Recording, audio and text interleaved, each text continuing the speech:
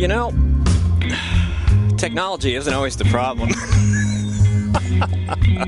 I'm wearing a shirt, by the way, that says mixed martial arts on it. I don't know any mixed martial arts, but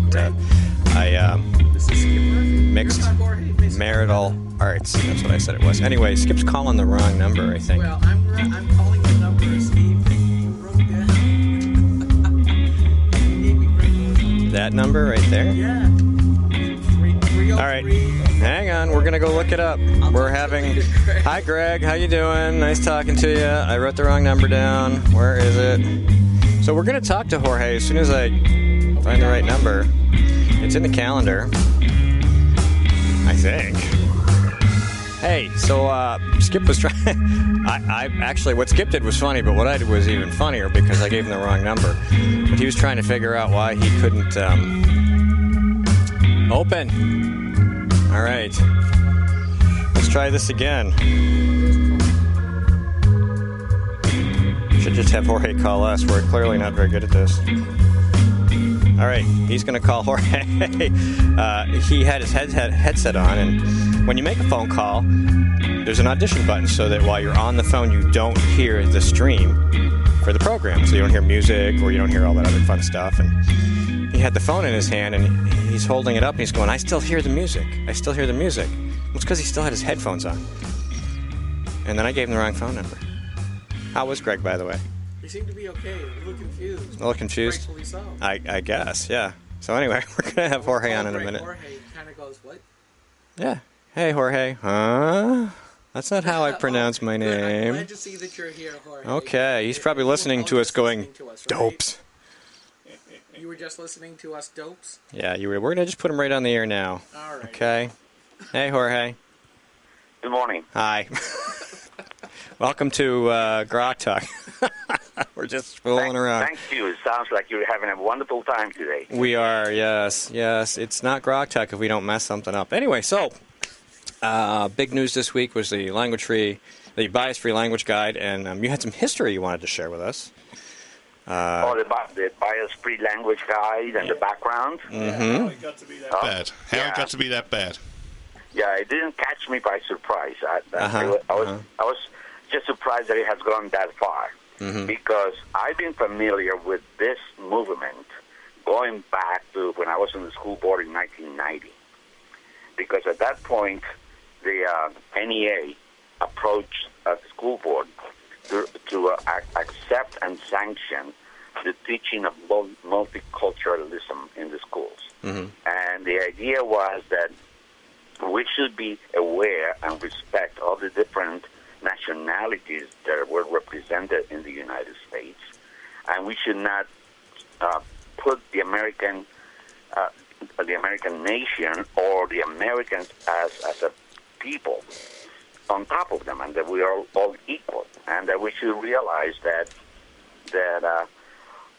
we as Americans have really stepped over a lot of people on our path to becoming a nation. And then they began arguing that look what happened. When Columbus came, he really destroyed the Native Americans and all that. So I was trying to figure out where that came from. And I remember being now 78 years old. But Timothy Leary in Yale, he was the father of LSD, and he advocated social change. And he said the only way to change society is to change the way we educate our teachers. And by that, we have to go into the schools of education and change how they are brought about and change their way of thinking. Well, that began the first time that I saw that idea bear fruit was in the 1990s with the multiculturalism. That was pushed by GLSEN, GLSEN, which stood for Gay, Lesbian, and Straight Education Network, and GLAAD, which is the Gay and Lesbian Alliance Against Defamation.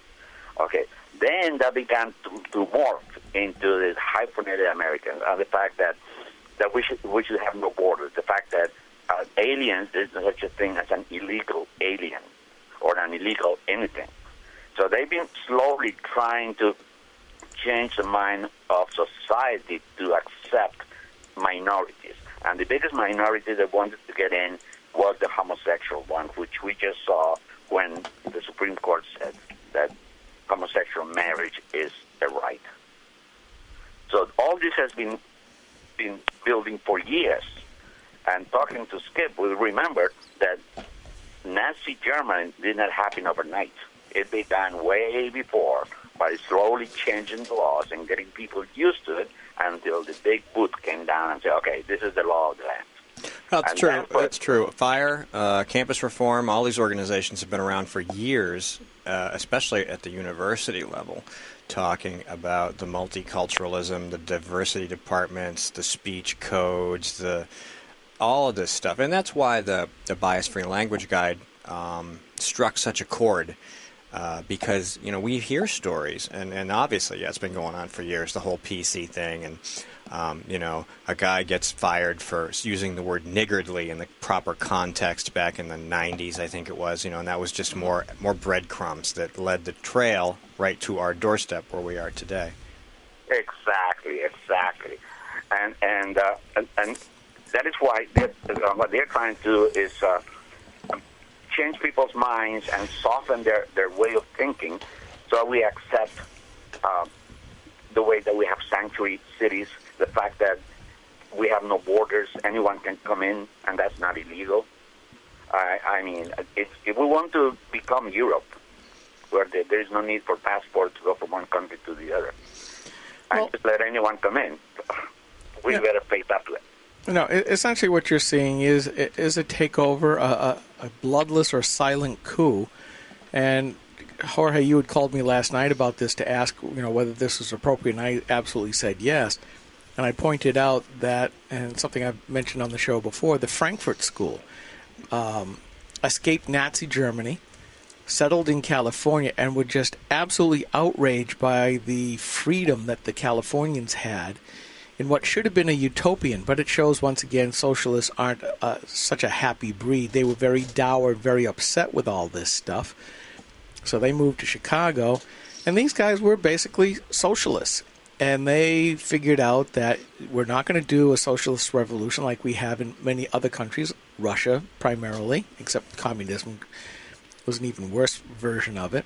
So they said, along with the Italian socialist Gramercy, the only way we can do it in Western societies, because the middle class likes being the middle class, and they do have it comfortable, is to change all of the halls of culture, which for us is education, but also the media, changing Hollywood, changing our literature, changing our art form. Basically anything that has to touch the culture. And Andrew Breitbart, who passed away a few years too early, but behind the impetus of Breitbart.com, got it right. Politics is downstream from culture. So if you change the culture, of course you're going to change the politics. And the Republicans have failed to take note of this. And Jorge, I have lots of friends who are from different places around the country, and they aren't as politically connected as we are. They don't pay as much attention. They haven't read into the history and actually seen the people who want to make these changes admit exactly what they want to do and how this is what that is. And so when you talk about gay marriage, I'm like, do you think gay marriage is actually about gay marriage? Do you think the Confederate flag attack is actually about racism? Do you think that the immigration issue is actually about wages and jobs?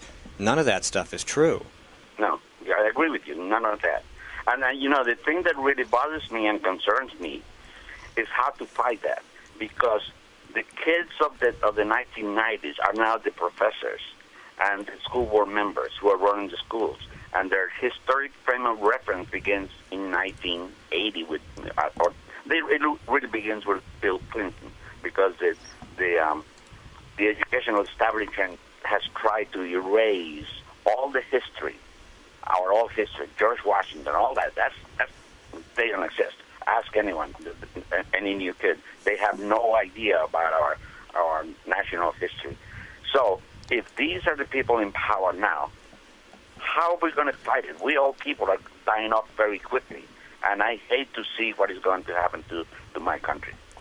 No, you're absolutely right, and it's very hard until a couple of things have to happen, Jorge, and it's starting. Glenn Reynolds of Instant Pundit keeps telling the billionaire donors, stop giving it to the political operatives. Go buy some women's magazines. And it's right, because that's where part of the culture comes from. They might be useful for barter. Yeah, buy Cosmo, buy Ladies' Home Journal, buy all of those kinds of things that are widespread, and slowly start to do, make some of those changes. Buy some of these big newspapers, even though the progressives inside of them, start to wail in absolute dismay. Buy them anyways. Yeah, there's plenty of right-wing writers out there that would take a job at a paper that was, geared towards their way of thinking. I'm ready for a midlife. End of middle life change of venue. You're going to have an end of midlife crisis? Well, maybe. Never mind. Never mind. Crisis. But guys, really coming back to the subject, the thing that is really that people don't realize is like what quote you guys sent one in Granite Rock, where it says that political correctness is nothing else but fascism disguised as manners. Yeah, that's exactly what it is, and what we're witnessing is that the minority. This is a rule of the minority is telling the majority what to do now. Oh yeah, and people don't realize it. No, you're absolutely right. And too many, and I'm going to name names because I keep writing about him on Granite Rock. Doug scamming out your way. He and I had a knockdown verbal screaming match one day about, he kept saying that Republicans should stay out of the social issues. Well, one of the things that's coming out now is this Black Lives Matter movement. One of the leaders basically came out and said, well, we're going to shut down the Republican Party convention. Right. And if you dig deeper, it turns out that all of these folks are being schooled in Alinsky tactics, and it's to be able to change the politics. And the Republicans like scamming, and there's a bunch of others, just don't seem to get it, especially when you get the Republicans who are on the side of the social issues as the Democrats. And then we talked about that earlier this broadcast. When your own party leadership is acting contra to the party, how dare they think that ordinary Republicans ought to keep them in power and vote for their stuff? I mean, these guys don't even have the honor, Jorge, to look at themselves, see what they're about, and resign. I know. The one thing that is more alarming is that our own government is not allowing our armed forces to act as armed forces. They simply say, back off. Do not wear arms. Let them kill you. That's ridiculous. That's absolutely ridiculous. You guys know I was in the Marine Corps. I'll tell you, I'll die fighting with a gun in my hand. I will not put up with this crap. Yeah. No, and absolutely. It's like we're back in Bill Clinton days where a Marine officer was mistakenly by Hillary for a waiter. Oh, I know. I didn't think that was accidental either. No, it wasn't. No, and I don't think Obama treats them much better either, to be honest with you. I mean, look what he's done. We are at the lowest ebb of military force since the end of World War II, and we all know how that worked out for us. All right, we got to go. Jorge, thank you so much for taking some time to talk to us, sir. Nice talking to you guys. All right, take it easy. Continue having fun today. All right, thanks. See ya. Bye-bye. Bye. All right, this is Grok Talk. We'll be back with Ambassador Gregory Slayton in just about 2 minutes. Stay tuned.